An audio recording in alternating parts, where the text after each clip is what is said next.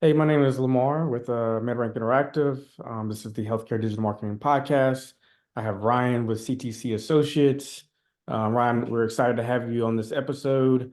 Would love to just kind of, have you give background knowledge on who you are as a dental broker and CTC Associates, and really learn more about you and how you impact the dental industry.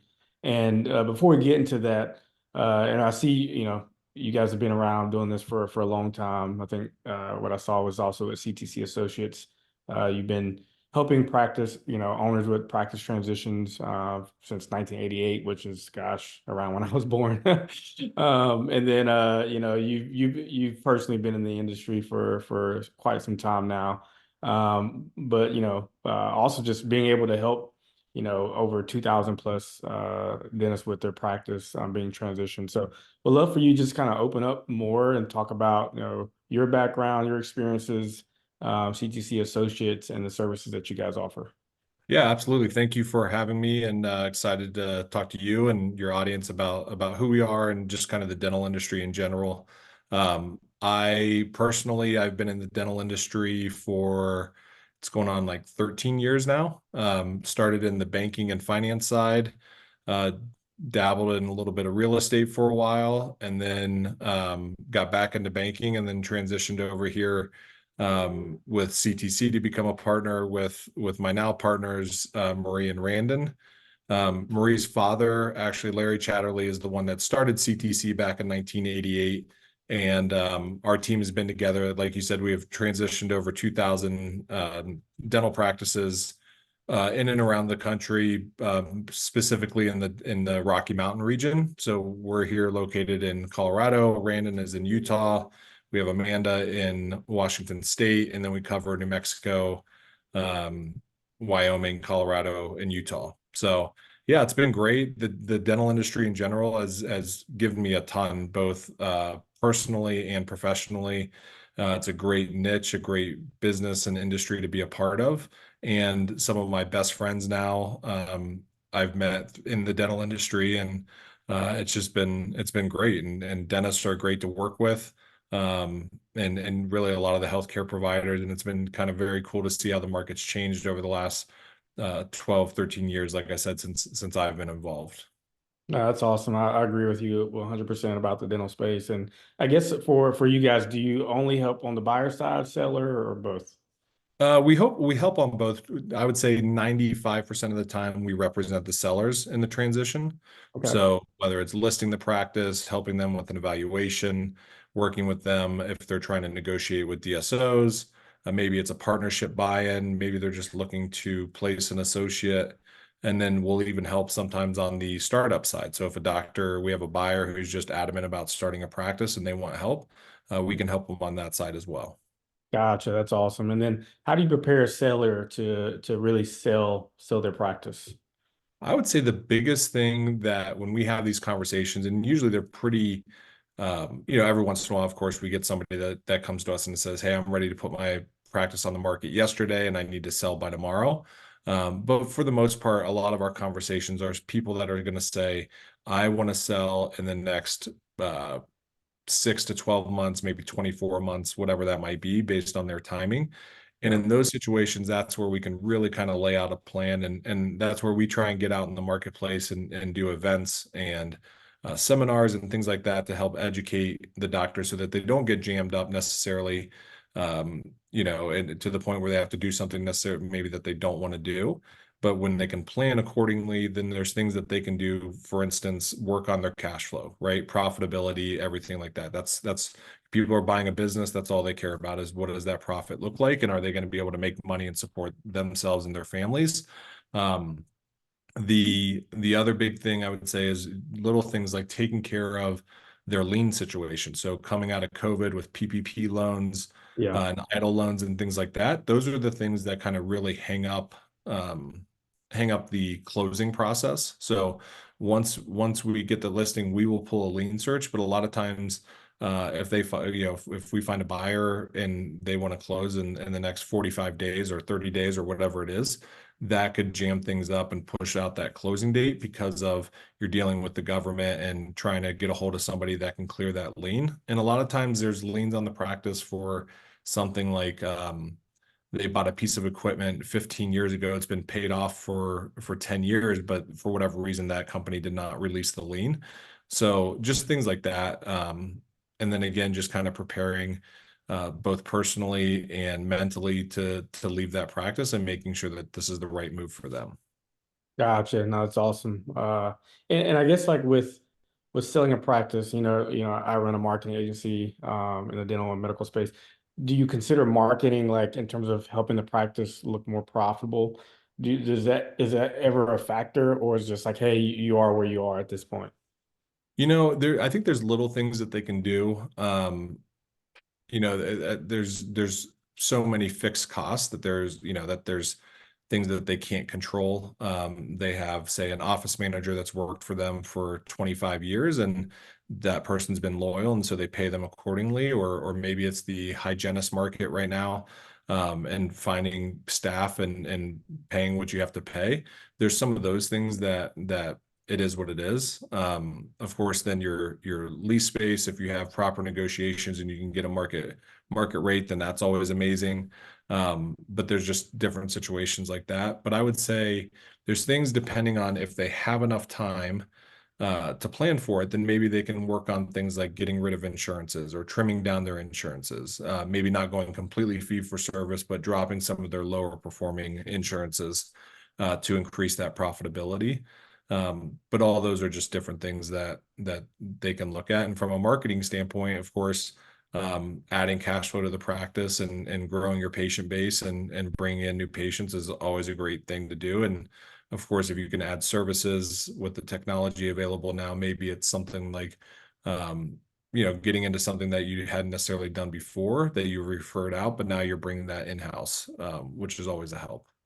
Yeah, and I like that approach. And I think too, like with, from a service standpoint and cash flow perspective, but keeping your patient sticky. So when a buyer is looking, or if you're looking to sell that practice and that buyer is looking at the, holistic view of profitability, maybe like an in-house membership plan if they don't already have that, right? Where, Yep. you can market that in-house membership plan to, people who don't have insurance, right? And so they want more affordable oral health care. So now I definitely like that approach. And then I guess on the buyer side, how do you help them determine is that practice healthy enough to buy? Yeah, so we're going to run our full evaluation. We're going to do 3 different methods to come up with the value of the practice, just so it's kind of like looking at it from different angles, right? Like not just the standard, what, a lot of people kind of the lazy take of like, oh, this practice, okay, it's going to sell for 70% of collections. Well, what does that mean, right? Like what kind of cash flow is there and everything else. And I tell people all the time, like you could have a practice that does $1 million and the take home is 200,000 and a practice that does 800,000 and the take home's 350. Well, the practice that does 800,000 is worth a lot more than the practice that does 1 million. Yeah. And just because of the take home, right? And that profitability and different things that we talked about. So for a buyer trying to like one, I think their philosophies have to match up with the sellers, right? Just to make sure that transition's a little bit easier. And Yeah. 2, I think the biggest thing is making sure that they both like each other, right? That they have a great relationship because Yeah. that genuine affirmation, right? When the seller is talking to the staff, when the seller is talking to the patients, and they are talking to them about this buyer and how great they are and how they have the same views and same philosophies and everything else. If it's fake, people are gonna see right through it. Yeah. If it's genuine, then I think that's where you get the least amount of turnover, both with staff, the least amount of attrition with patients, things like that. It's always nice too when a doctor, some of the older doctors maybe don't necessarily do a lot of the procedures and offer a lot of the services that a lot of these younger doctors are doing. So Yeah. even for them to be able to come into our practice and say, we'll help them look at, okay, this practice is doing X, they're referring out Y, and you can bring Y back into the practice, like that is where you see a practice go from 800,000 to 1.2 million within a year, and have that kind of success and profitability.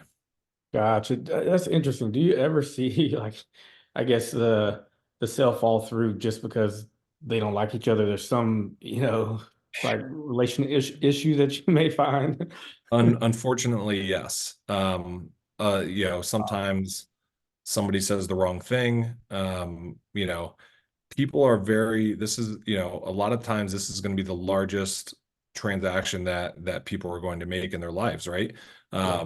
Maybe a house down the road, or whatever it is, or depending on the size of the practice. But so when you get that, there's a lot of emotion involved, right? Yeah. And you have to realize that, and I think this is our job as brokers, where we represent the seller, but making sure that um, they understand that, hey, you need to have a good relationship with this person. You want a good if you truly care about the practice, you want a good relationship with this buyer, and making sure that they, like I said, genuinely do like each other. There's going to be things that happen throughout the process, right? From the time that they see the practice the first time till closing, somebody's probably going to get upset at some point in time. Yeah. It's just making sure that it's not something that they can't come back from, or anything else like that.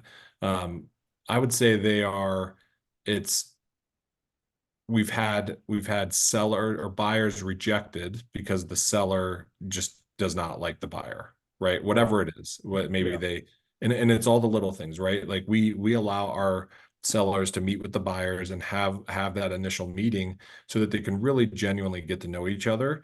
We're like, Yeah. don't even talk clinically, just personally, right? Like, who are you as a person?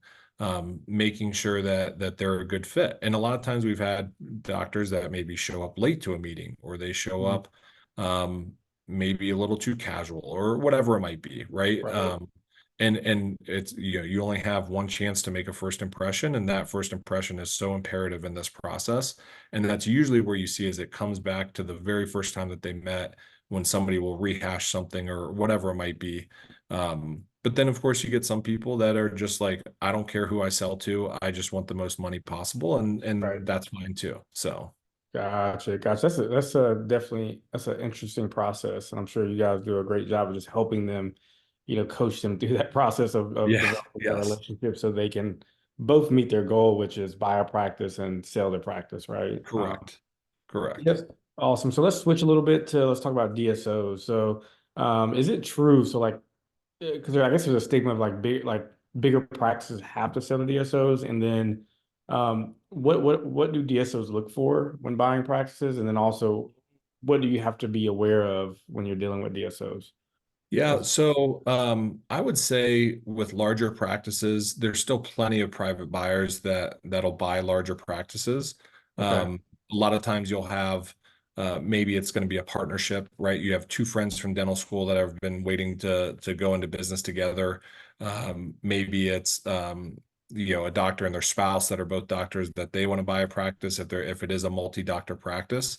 You have some people that have gotten out of, maybe they sold to a DSO, then they waited their term, or their what they were required to work, and now they're ready to go buy another practice. We've had Yeah. those situations where they're used to running a multi-doctor office. So there's plenty of buyers for it. DSOs are typically going to look for, the biggest thing is cash flow, right? EBITDA is kind of the big name, or word that you hear, acronym. And the one things that they want to see are, they want to see at least 5 operatories, and they want to see um, minimal insurances. So if it's over maybe 10-15% Medicaid, things like that, or there's just a ton of lower performing insurances, they won't have any interest. And then they Okay. want to make sure that they're going to have, most of the time, that they are going to have a 3 to 5 year commitment from that seller to stay on, right? Just to Gotcha. maintain that practice and everything else. Some of the things that I think people need to pay attention to, or what I would say, is absolutely get representation when you are dealing with the DSOs. Not that they're bad, or anything else, but they're salespeople, right? Like, Right. everything is going to sound like rainbows and unicorns, and that it's all going to be perfect. And when in reality, like anything else, right? There's a bunch of moving parts and a lot of fine print and everything else. So making sure Yeah. that everything's been negotiated, you've gotten every penny that you deserve, and making sure that it's the right fit for you. And again, going back to like even the seller, like making sure it's the right group that you want to partner with, and then also that it's the right situation for you. Right. We do an analysis for our clients when they are dealing with DSOs, and we'll go through, hey, this is what you will do if you just stay. So if you have a 3 to 5 year commitment and you want to stay working 3 to 5 years before you sell, then Yeah. what does that look like, right, for you financially, and then selling to a private buyer versus what does it look like if we negotiate all these DSO offers, we kind of nail it down to the final three, and then we'll lay them all out, plus what it would look like if you just kept your practice. Mm. I'd say Okay. most of the time it's going to work out financially for them to just stay in ownership of their practice. However, there's some people in situations where this is just the right move for them. So even if it works out more financially to stay in private practice, maybe it's just the right situation for them, right? Based on whatever it Yeah. is that they're looking for. Yeah. So we'll help them navigate that and make sure that they're in the right situation. Gotcha. Gotcha. Do you typically find like there's like with the DSO situation, there's multiple DSO groups trying to buy that same practice? Yes. Then it's okay. Yep. Yep. Yeah. It's especially if it's a really good practice. Not, I don't want to say really good, but if it fits that mold, right? Like they're 6 ops, they're doing 1.5 million, um, you know, middle-aged doctor that's willing to stay on for a couple of years, minimal insurance. Those kind of practices every group will come after. Gotcha. Yeah, that makes sense. Okay, awesome. Well, I think like now we've talked about kind of your doctor who has been practicing for a while, right? He's trying to sell his practice. Talked about DSOs. How about the new the new dentist, right? Where they're trying to, make that decision if they want to buy a practice. What are things they need to look for? Yeah, I would say the biggest thing that a younger doctor can do today is prepare yourself financially, right? To look as attractive as possible to lenders. Just so in case you do find that right situation or that right practice that you can execute on that deal versus, all of a sudden you're still, kind of cleaning things up and you find a practice and you're not ready for it and you miss out on that maybe potential opportunity. So things like the banks are going to look for one, can you produce, right? So can you produce whatever practice you're looking at? Are you able to replicate that production? Like, do you have the Yeah, hand speed to handle that practice? yeah, The other thing that they're going to look for is your monthly overhead. So they want to see that that practice is going to be able to support you personally. So if you buy a lower performing practice that doesn't have a ton of cash flow, then your personal overhead better be low.